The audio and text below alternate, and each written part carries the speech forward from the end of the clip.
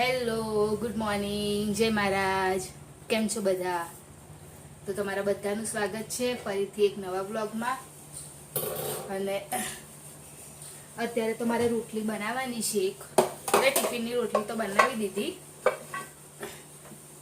અત્યારે પ્રિતેશની રોટલી બનાવવાની છે તો બસ એ જ કરી દઈશું. અહીંયા આગળ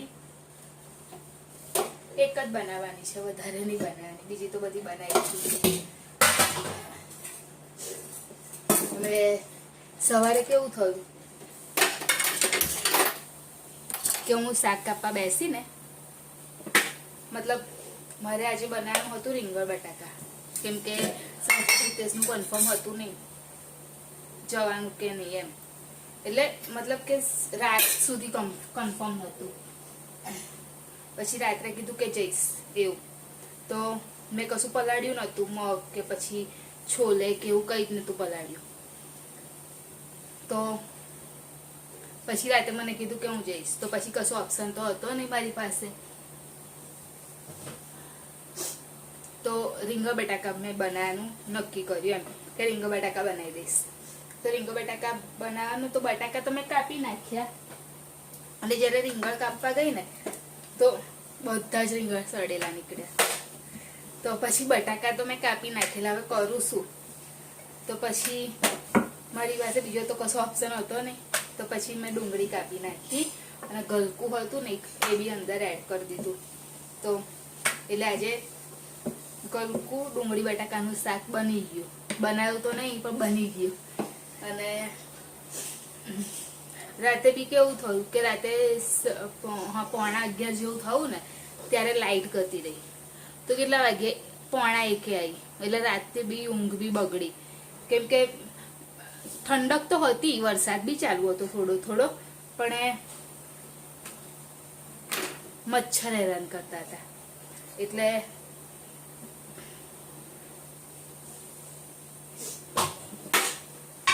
બધું મૂકું છું ને ઘડી ઘડી, એટલે મચ્છર હેરાન કરતા હતા એટલે ઊંઘ તો આવે ને. રોટલી બી બની જવાય વાત વાતમાં, અને ગરમી બહુ થાય છે.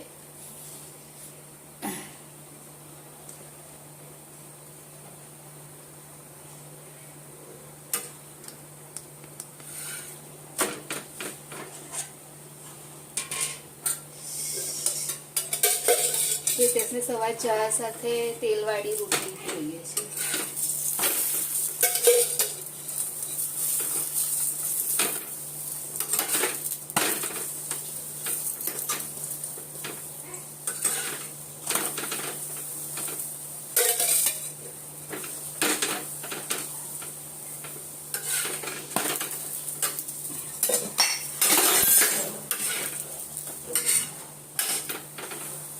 બસ હવે રોટલી તો થઈ ગઈ, ચા પી દઈશ એટલે મારું કામ પત્યું.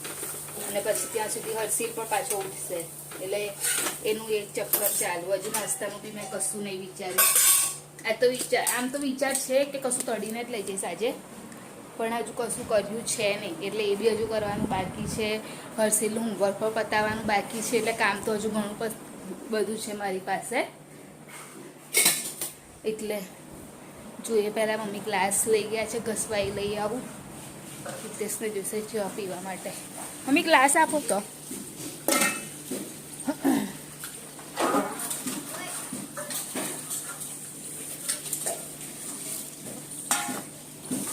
અને આજે ખબર નહીં કેમ બહુ જ ગરમી છે.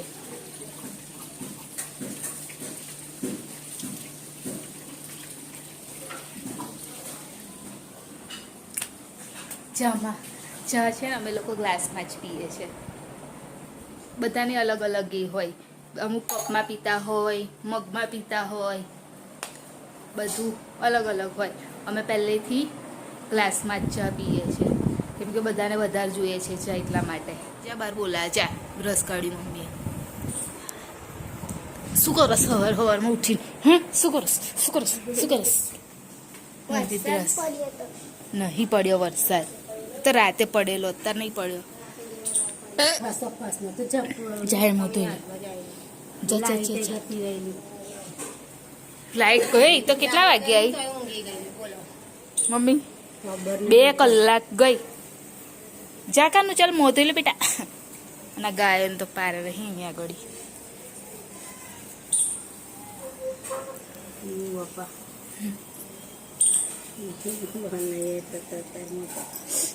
હર્ષિલ બેસ્યો છે અહીંયા આગળ બ્રશ કર. કનું બનાવી દઉં તારું હોર્લિક્સ? હે કનું કે પછી બનાવું? હોર્લિક્સ બનાવી દઉં પછી બનાવું? સારું થોડુંક જ બનાવજે, પીતો નહીં પછી બગાડે ને ઢોળી ગાય. આ સૌથી નાની ગાય છે ને.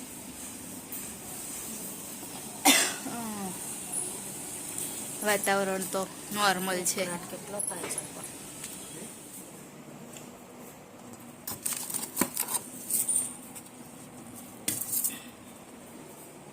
હર્ષિલનું હોર્લિક્સ બનાવી દઈએ કે ઉઠી ગયો છે.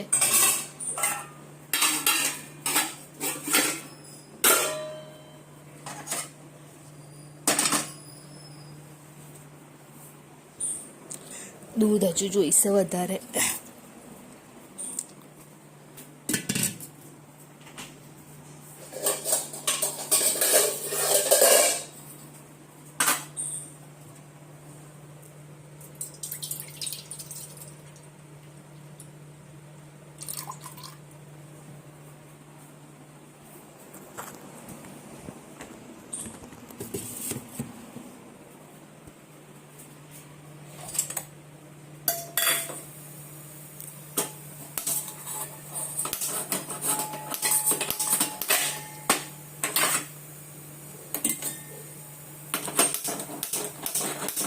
ખબર નહીં ચાલુ નહીં થતું.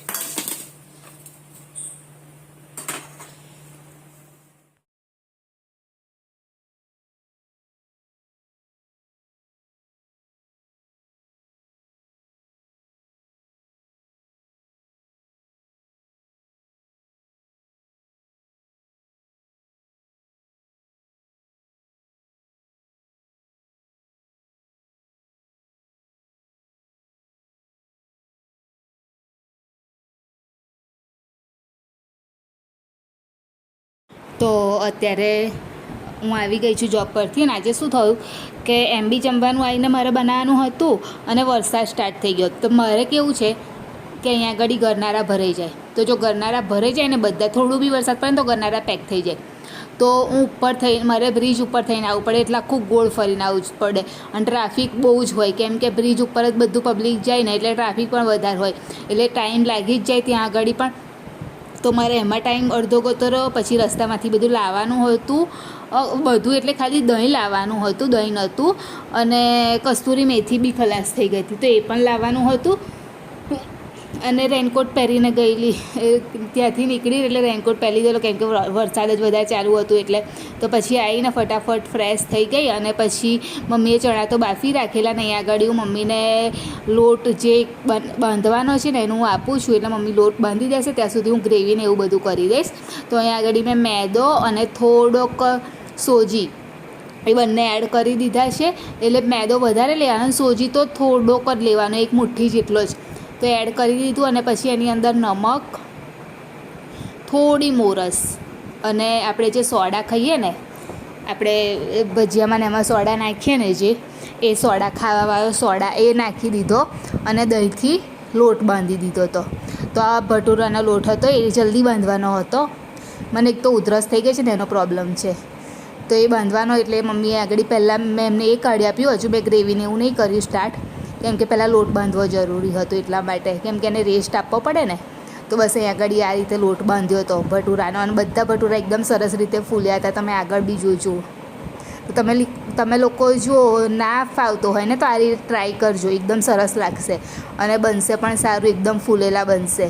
એક પહેલી જ વારમાં બનાવશો ને તો બી એટલા સરસ બનશે. તો આજનો મારો સાંજનો પ્રોગ્રામ આવો હતો.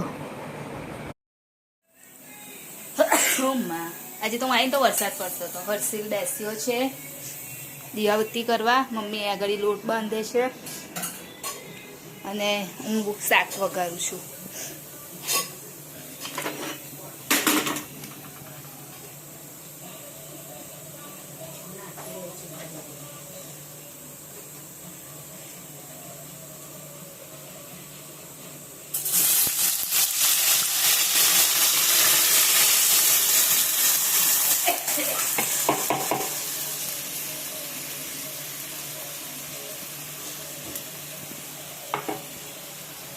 આ ડુંગળી અને આદુ લસણની પેસ્ટ હતી.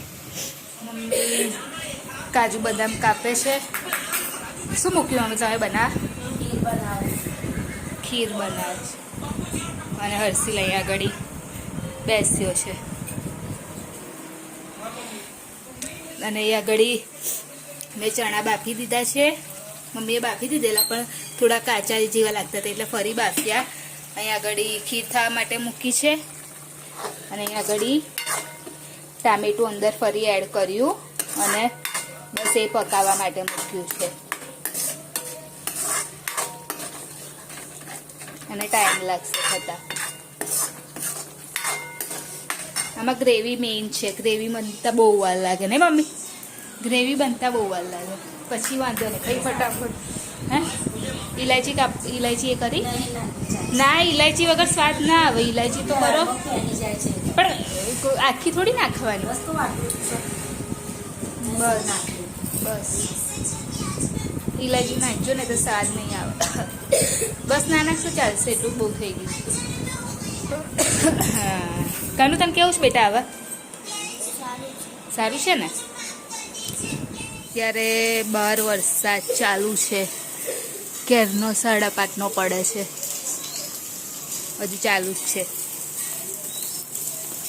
એટલે આજે એક્ટિવા મેં અહીં લાઈન મૂકી દીધું કે પાછળથી ચાલીને ના આવે એટલા માટે. જો આ ગાય જો. અને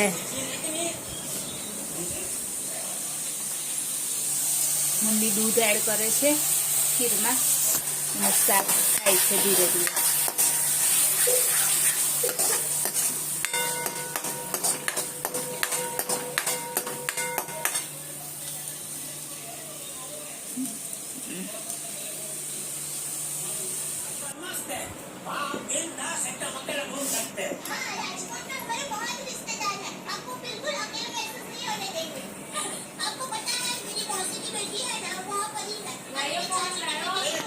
હા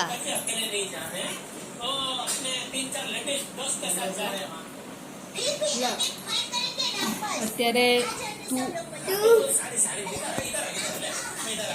ભટુરા બનાવવાની તૈયારી ચાલુ છે.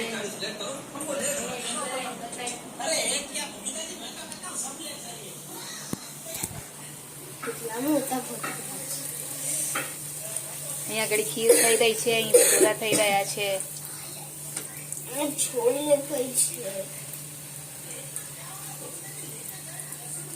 બે થઈ ગયા છે. આ ત્રીજું ઉતરે છે.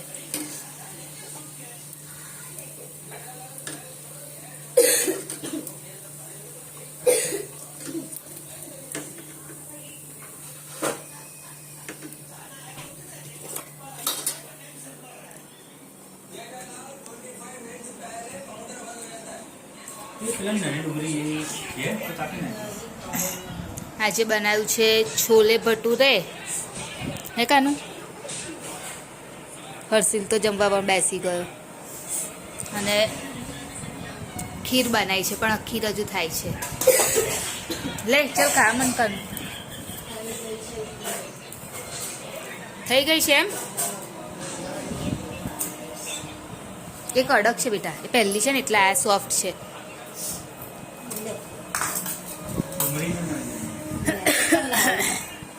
તો આવી જાવ જમવા માટે. આજનું છે છોલે ભટુરે અને ખીર છે.